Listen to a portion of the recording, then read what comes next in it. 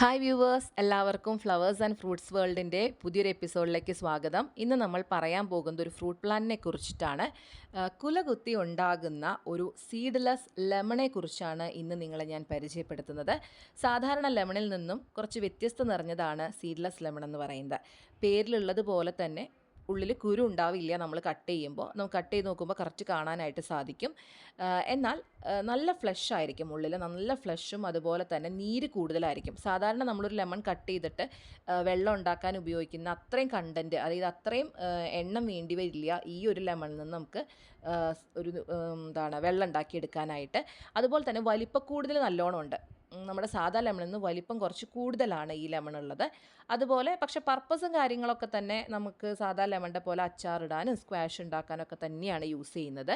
പിന്നെ ഒരു പ്രത്യേകത എന്ന് പറയുന്നത് ഓൾ ടൈം ഫ്രൂട്ടിംഗ് ആണ്. എപ്പോഴും ഫ്രൂട്ട് ഉണ്ടാകുന്ന ഒരു ഐറ്റമാണ് ഇത്. കമ്പ് പിടിപ്പിച്ചിട്ടോ എയർ ലെയർ ചെയ്തിട്ടോ നമുക്ക് എങ്ങനെ വേണമെങ്കിലും പിടിപ്പിച്ചെടുക്കാം. ഡ്രമ്മിലോ ചട്ടിയിലോ നിലത്തോ നടാനും ഒരു പ്രോബ്ലവും ഇല്ല. നമുക്ക് സ്ഥലപരിമിതി ഉള്ളവർക്ക് ബുദ്ധിമുട്ടാണ്, അങ്ങനെ ഒരു ഇതില്ല. എങ്ങനെ വേണമെങ്കിലും നമുക്കിത് നട്ടെടുക്കാനായിട്ട് സാധിക്കും. അതുപോലെ ഓരോ തവണ ഉണ്ടായതിന് ശേഷം പ്രൂൺ ചെയ്യാനായിട്ട് ശ്രദ്ധിക്കുക. അതുപോലെ മഴയ്ക്ക് മുൻപും പിൻപും കുമ്മായം ചേർത്ത് കൊടുക്കുന്നത് വളരെ നല്ലതായിരിക്കും. പിന്നെ കീടങ്ങളുടെ ശല്യമൊന്നും അധികം ആക്രമിക്കാത്തൊരു ചെടി ആയതുകൊണ്ട് തന്നെ അത്രയും ബുദ്ധിമുട്ടില്ല ഇത് നോക്കാനായിട്ട്. എന്നാലും നീം ഓയിൽ എപ്പോഴും യൂസ് ചെയ്യുന്നത് നല്ലതാണ്. ഇനി എന്തെങ്കിലും ഒരു കീടങ്ങളുണ്ടെങ്കിൽ പോവാനായിട്ട് ശ്രദ്ധിക്കേണ്ട കാര്യം എന്ന് വെച്ച് കഴിഞ്ഞാൽ 6 മുതൽ 8 മണിക്കൂർ വരെ സൺലൈറ്റ് കിട്ടുന്നൊരു സ്ഥലത്ത് ഇത് പ്ലേസ് ചെയ്യാനായിട്ട് നിങ്ങൾ പ്രത്യേകം ശ്രദ്ധിക്കണം.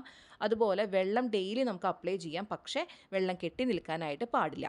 പിന്നെ ഇതിൻ്റെ ഫ്രൂട്ട് നമ്മൾ പറിക്കേണ്ടത് പച്ച കളറായിരിക്കുമ്പോഴല്ല, നല്ല യെല്ലോയിഷ് ഷെയ്ഡിലേക്ക് ഇത് പോയതിന് ശേഷം മാത്രം വേണം പറിക്കാനായിട്ട്. ഇല്ലെങ്കിൽ നമ്മൾ നേരത്തെ പറഞ്ഞ ഫ്ലഷ് കൂടുതലോ അല്ലെങ്കിൽ നീര് കൂടുതലോ ഒന്നും ഉണ്ടാവില്ല, സാധാ നാരങ്ങയുടെ ഒരു രീതിയിലേക്ക് പോകും.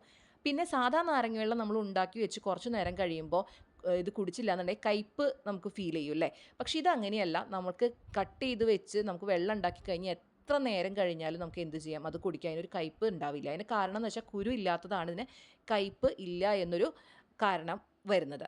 അപ്പോൾ ഇതിൻ്റെ ചെടി നമുക്ക് ഔട്ട്ലെറ്റിൽ വാങ്ങാനായിട്ട് ലഭ്യമാണ്. ഓൺലൈനായിട്ട് അയച്ചു കൊടുക്കുന്നുണ്ട്. ഒരു ചെടിക്ക് 150 രൂപയാണ് വരുന്നത്. എയർ ലെയർ ചെയ്ത തൈകളാണ് അവൈലബിൾ ആയിട്ടുള്ളത്. അപ്പോൾ വാങ്ങാൻ താല്പര്യമുള്ളവർ കോൺടാക്റ്റ് ചെയ്യുക. കോൺടാക്റ്റ് ചെയ്യാനുള്ള നമ്പർ ഞാൻ കൊടുത്തിട്ടുണ്ട്. അതുപോലെ നമ്മുടെ ഗ്രൂപ്പിൻ്റെ ലിങ്കും ഞാൻ പ്രൊവൈഡ് ചെയ്യുന്നുണ്ട്. എല്ലാവരും അതിലേക്ക് ജോയിൻ ആവുക. അടുത്ത വീഡിയോയിൽ എത്രയും പെട്ടെന്ന് കാണാം. Bye bye.